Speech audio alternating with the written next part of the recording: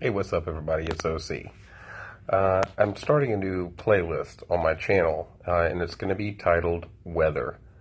And this is going to be part one, and it's going to recap one of the things that one of the physicists at City College in New York, Gupta, started talking about in one of my other videos. And I'm just going to recap that real quick and then get into the major part of the video. And you guys just pay attention, because this includes every single one of you. Everyone who watches this video, the content in this video, it's going to affect you. It doesn't matter where you live. Anywhere on Earth that you live, this is going to affect you. So pay attention, listen very, very closely, all right?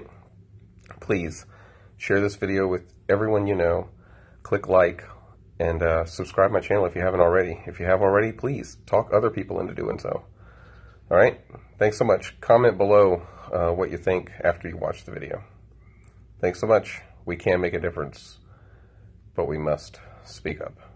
Climate change yesterday, and now we're learning that scientists and researchers are looking at how to change the weather on purpose. That's right. Lasers now could one day manipulate rain and lightning. CBS This Morning contributor Michio Kaku is a physics professor at City College of New York. Professor, nice to see you. Extraordinary seeing Al Gore and Bill Clinton there together with Charlie, wasn't it? That's right, yeah. Yeah, they did not get into this discussion, though. But it is fascinating. I mean, lasers, really, to change the weather? That's right. Well, as Mark Twain once famously said, everyone complains about the weather, but no one ever does anything about it. Well, instead of doing a rain dance, we physicists are firing trillion-watt lasers into the sky to actually precipitate rain clouds and actually bring down lightning bolts. This is potentially a game changer. But this is experimental. It's experimental. However, in the laboratory so far it works. When you have water vapor and you have dust particles or ice crystals, you can precipitate rain. It condenses around the seeds. These seeds can also be created by laser beams. By firing trillion-watt lasers, you rip apart the electrons, creating what are called ions, and these ions act like seeds, like dust particles, bringing down rain and even lightning. Go ahead. Well, this fascinates me in part because, too, I remember reading the stories that China had used this during the Olympics, that the USSR had used this after Chernobyl to create rain clouds. I mean, did those really work then? We have some of these capabilities now? Inconclusive. Even in the 60s, the CIA used this to bring down monsoons during the Vietnam War, to wash out the Viet Cong. Governments have been playing with this thing. Alleged to. Alleged to, right. Yeah. Now, we realize that for decades now, these governments have been alleged to have experimented with weather control, but nothing conclusive. This time we're bringing in the laws of physics rather than simply waving our hands and uttering mumbo-jumbo. We're actually using trillion-watt lasers now. And in the laboratory, sure enough, they precipitate rain out of water vapor. Sure enough, you can actually bring down electricity down the beam. So what does it mean for drought areas that need to have rain for crops, and if they don't have them, there's the consequences of famine? Well, the bad news is if it's a clear blue sky, it's not going to do anything at all, because it only takes water vapor that's already in the air and condenses it. However, for floods, for agriculture, for farmers, for people planning wedding parties, football games, you name it, outdoor events and agriculture and flooding and even hurricanes, all of them could be subject to weather modification. Incredibly interesting, Professor Michio Kaku. Thank you so much. Right in the middle of the storm. FEMA has been incredible. I mean, the bad news is that this is some big monster. You don't want to be in that path. That's a path you don't want to be in. We've had two big earthquakes in the last couple of weeks. One, the one that was just to the southeast of Mexico City, that was a 7.1. But a couple weeks before that, we had the 8.1 earthquake. I worked with Russian scientists in the mid-1990s, and what we developed were systems for leading them offshore. And this information was given to the U.S. military because Russia really doesn't have a problem with hurricanes. We do. Here we go again, guys. Another man-made, geoengineered storm.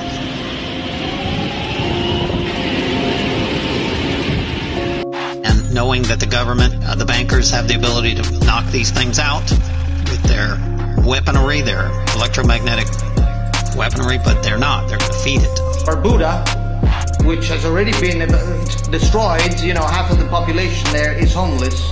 But Barbuda is bracing for Hurricane Jose. They're remotely controlling it with HARP. Hurricane Irma and Jose are basically man-made with this technology that I'm about to show you. Basically, these are frequency weapons, so to speak, or weather modification technology off the west coast of Africa. How actually do they form? Well, believe it or not, a hurricane is sort of like a bowling ball. They form off the coast of Africa as a small breeze, and then they gather energy as they go toward warm water across the Atlantic. Agenda, while he lets everybody on the ground do the work that they are well equipped to do, it's an obvious man-made, not man-made, natural, incredible disaster that Texas is dealing with. And so the federal... There is geoengineering, there is weather manipulation, there is the weaponization of weather, there is everything. It's admitted, it's known, there's evidence of it, it's on the internet. The Air Force has gotten great value out of HARP in the past.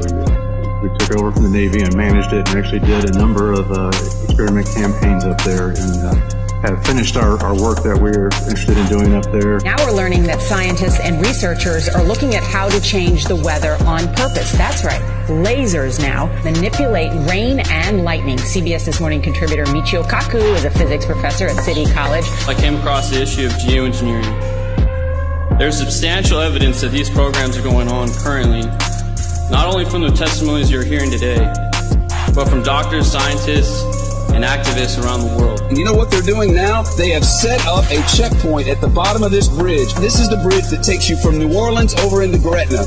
It's the only way out. They've set up a checkpoint, and anyone who walks up out of that city now is turned around. What does Raytheon, big oil companies, Bill Gates, the CIA, and the Jason Group have in common? Well, all of those groups are involved in thinking about and researching geoengineering. We've moving on to other ways of managing the ionosphere, which the HARP was really designed to do, was to inject energy into the ionosphere, be able to actually control it. But that work has been completed. Lasers? Really? To change the weather? That's right. Well, as Mark Twain once famously said, everyone complains about the weather, but no one ever does anything about it. U.S. military, we knew that they had militarized this information in the early 2000s. They sent up 3 large satellites. They said they were for communications. We knew that they were laser satellites, and they have been using these to manipulate storms. The government has patents on this stuff. These are a show of force by the banking system. And there's many, many agendas of why they're doing this. You know, the agenda, this is where all the oil rigs are. It's tracing the coastline like a laser beam. We finally have the top scientist astrophysicist in the world, Michio Kaku, is telling us that yes, these hurricanes are the result of a weather modification program. More islands. You can totally see the same kind of frequencies coming out of these islands, and you can see these frequencies coming out of them because they have this technology there. And then if it comes in just right, it'll get a strike. It'll go into the Gulf of Mexico, get energized by the warm water, or it could be a gutter ball and simply veer off in the wrong direction. You can look out on the horizon, look up in the air and see streaks and trails of what obviously is not water vapor. Well, instead of doing a rain dance, we physicists are firing trillion-watt lasers into the sky to actually precipitate rain clouds and actually bring down lightning bolts. This is potentially a game changer. This is a global issue. A quote from the U.S. Air Force document reads, "In 2025, U.S. aerospace forces can own the weather by capitalizing on emerging technologies." You are not allowed to go to Gretna, Louisiana from New Orleans, Louisiana. Look in the face of the baby. This is it. This is it. No sugarcoating, no political spin, no Republicans with Democrats. People suffering. Let them go. Bill Gates, for example, is investing in a number of geoengineering companies and projects. He's backing scientists doing that kind of work. The security state is taking a close interest in it. They're carrying out inquiries. And the way they do this are hurricanes. We first have to dispel this myth that hurricanes are somehow created and maintained by warm water. Totally incorrect. The hurricanes are powered by electrical currents from the ionosphere. Now, I told you when Harvey hit they were going to raise gas prices. We already have a gas increase already, about 35 cents right now than when it was before the storm. The skies are sprayed with nanoparticles. You might as well have said chemtrails, because they're the same thing, delivery systems for nanodust. They're spraying the skies with nanoparticle. This technology, gonna zoom out a little bit, is creating these spindles, so to speak, right? You can totally see all of these and all of these. And they will say, those are contrails. Those are from jets. Where? Cross-hatched jets? What are you talking about? These seeds can also be created by laser beams. By firing trillion-watt lasers, you rip apart the electrons, creating what are called ions, and these ions act like seeds, like dust particles, bringing down rain and even lightning. There are also doctors like David Keith, Alan Roebuck, and Ken Caldera, all trying to convince the American people that these climate engineering programs are a good thing to help fight global warming. When confronted, they deny these programs exist. They began talking about, for example, a sulfate aerosol shield that will reflect some sunlight back into the atmosphere and cool the planet.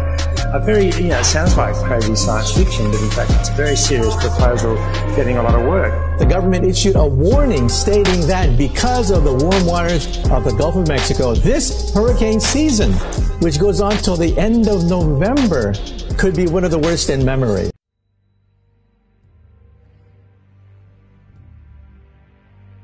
Many of you right now believe that there is something wrong with what is going on around us, and you suspect that it is not natural.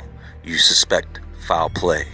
You see, people are supposed to use discernment to divide fact and fiction, but yet they turn around and use their imaginations to bring them together. And so now, because of all these theories, they are certain, they are sure these things are being caused by neither God nor nature, but man. See, I do not have all the answers, and I am not always right, but I do know that ever since Haiti was hit with that earthquake back in 2010, every time something bad happens, every time there's some bad weather, people turn their heads and look at things like HAARP. They do. The High Frequency Active Auroral Research Program. People think that they can modify the weather, and they are right, they can. They can do it. But are they doing it? Well, we're going to take a closer look at this, because this is out of control, and I'm not talking about the weather. No, I'm talking about beliefs held with strong conviction, manifested out of misunderstanding, victims of a great deception.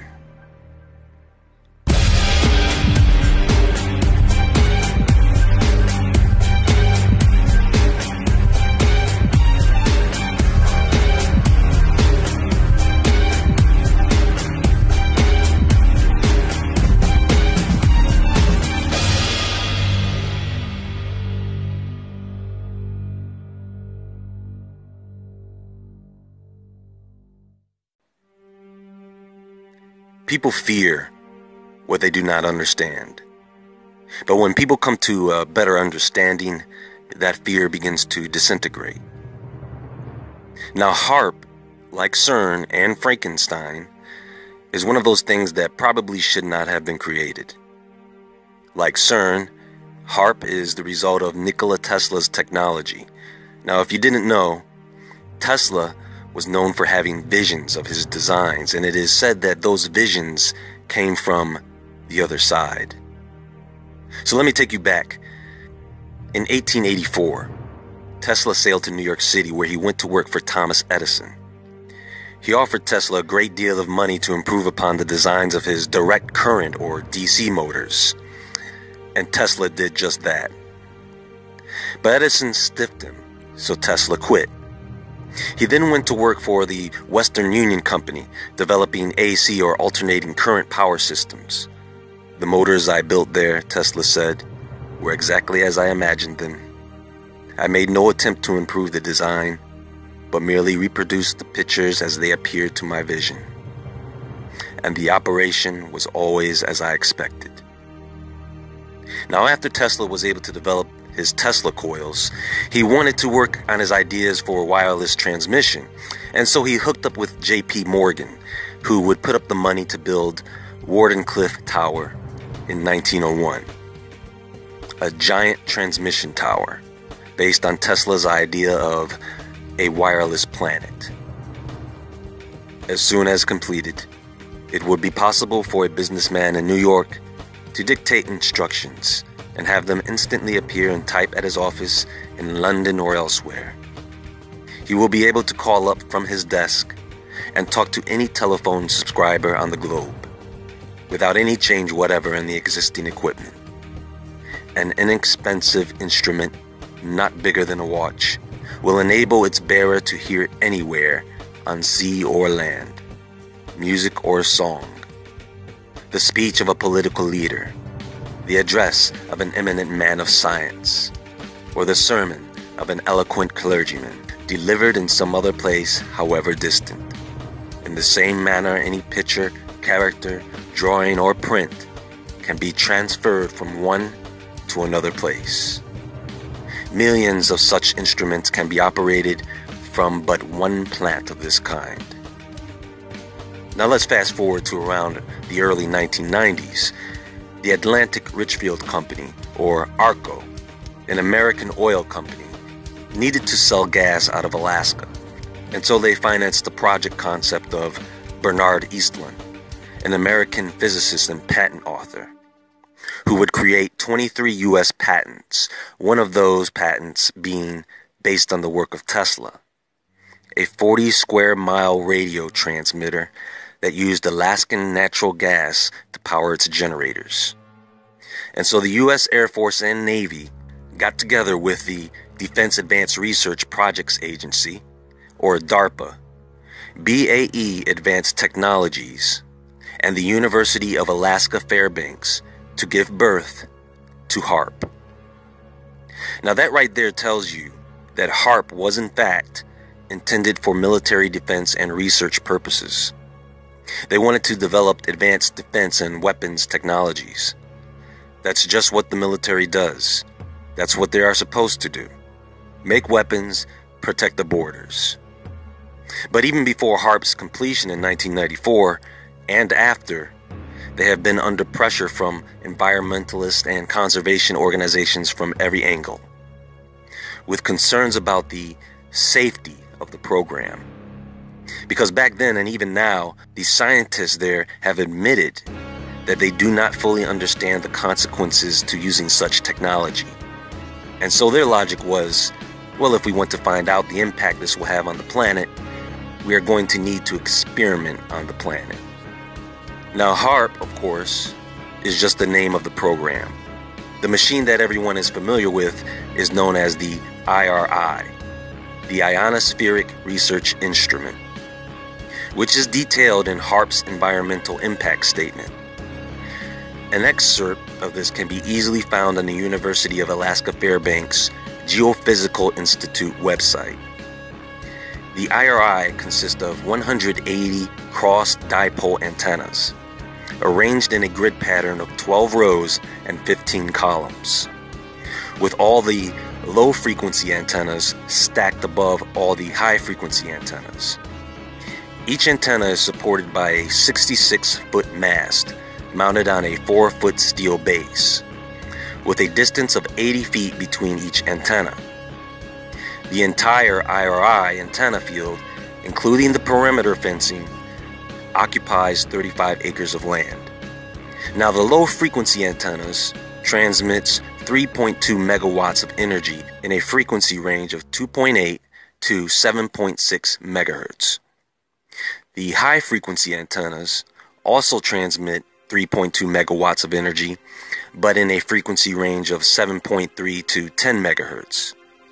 And what they do is they focus these transmissions into the ionosphere, heating it up. It's like using a microwave oven with no door, so all that energy is directed out to wherever you point the microwave.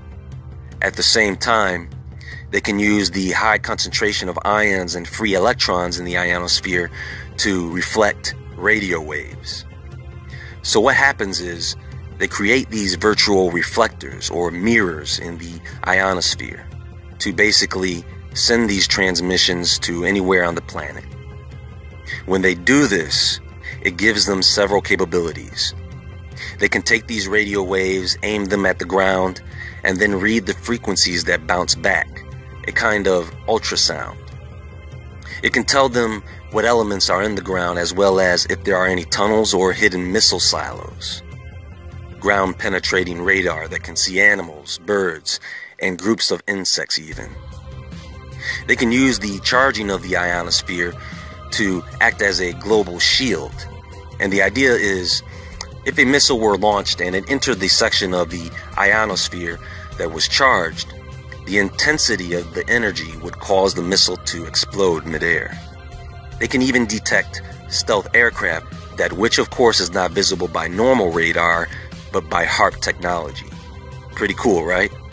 Well, they also discovered that they could manipulate weather. They could push storm systems in certain directions. They could excite a storm system and place that over the enemy to cripple them. They can send lightning. With enough power, they can even pump these transmissions into the ground, creating such violent vibrations that they cause earthquakes and volcanic eruptions. Which brings us to what's happening today. Folks, we are facing back-to-back hurricanes. Harvey, Irma, Jose is making its way up the East Coast, and now Maria is headed for the islands. We've got this nut over in North Korea, a country smaller than New York State, completely surrounded by opposition, pushing buttons threatening people. Threatening the very same people who own and operate these HAARP-like machines. So why don't they use these machines on this guy? Well, maybe they have. They did deploy the Navy's SBX-1 mobile sea-based radar weather weapon back in 2013 near North Korea. So maybe this is why they seem to not be too overly concerned about what this madman can do. Now the question on everyone's mind lately is HAARP the cause of all the strange and devastating weather phenomena? Well, the military did leave HAARP under the operation of the universities back in 2015, so that scientists could still use HAARP for research purposes on a pay-per-use basis, which is about $5,000 per use. In fact, they do now allow the public to visit the facility during its open houses. So, whatever the military or government was using HAARP for in the past, I do not think they are using it for that purpose now. They have most likely moved on to a similar technology that is more advanced, somewhere else. I mean, they first started running HAARP over 20 years ago, and today this type of technology, folks, is found in different forms all around the globe. You cannot pin everything on HAARP. That would be foolish. But like I said, I put nothing past the government. But at the same time, I am more inclined to believe that what's happening is ultimately the work of external forces. I'm talking about the sun and everything out there in space. We've recently had several very large solar flares, those photon fluxes, hit us. One of these flares was followed by the 8.2 earthquake that hit Mexico recently. We are always overdue for every major cataclysm, and every year there is record-breaking volcanism, earthquakes, and bad weather. The Earth has been doing this for years now, and we are not living on the only celestial body that has been going through these changes. And as far as I know, they don't have a HAARP on Mars, or on the Moon, or anywhere else in space for that matter. The only other thing that I think could possibly harness this technology is, of course, orbiting satellites. Know and understand, folks, that every time they fire a rocket into space, every time they launch a satellite or use a satellite, every time they transmit to the ISS, every time they fire up HAARP and CERN, they punch holes in the layers of our atmosphere, and Earth has to accommodate for that. It has to fill in these holes, these pockets, with something.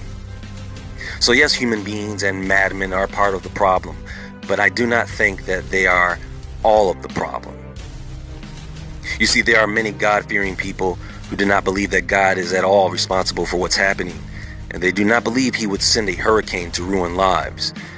But did you know that many of these hurricane victims believe in God now more than they ever did? More and more people are now turning to him as a result of these happenings. And the Holy Scriptures do state that these things would occur. It just does not state how, only that they will. The point of all this, folks, is do not focus all of your attention on HAARP and what the government is doing, because honestly, I believe they know what's coming, and they just want to hide and protect themselves from it, which is probably why they want to control the elements so bad.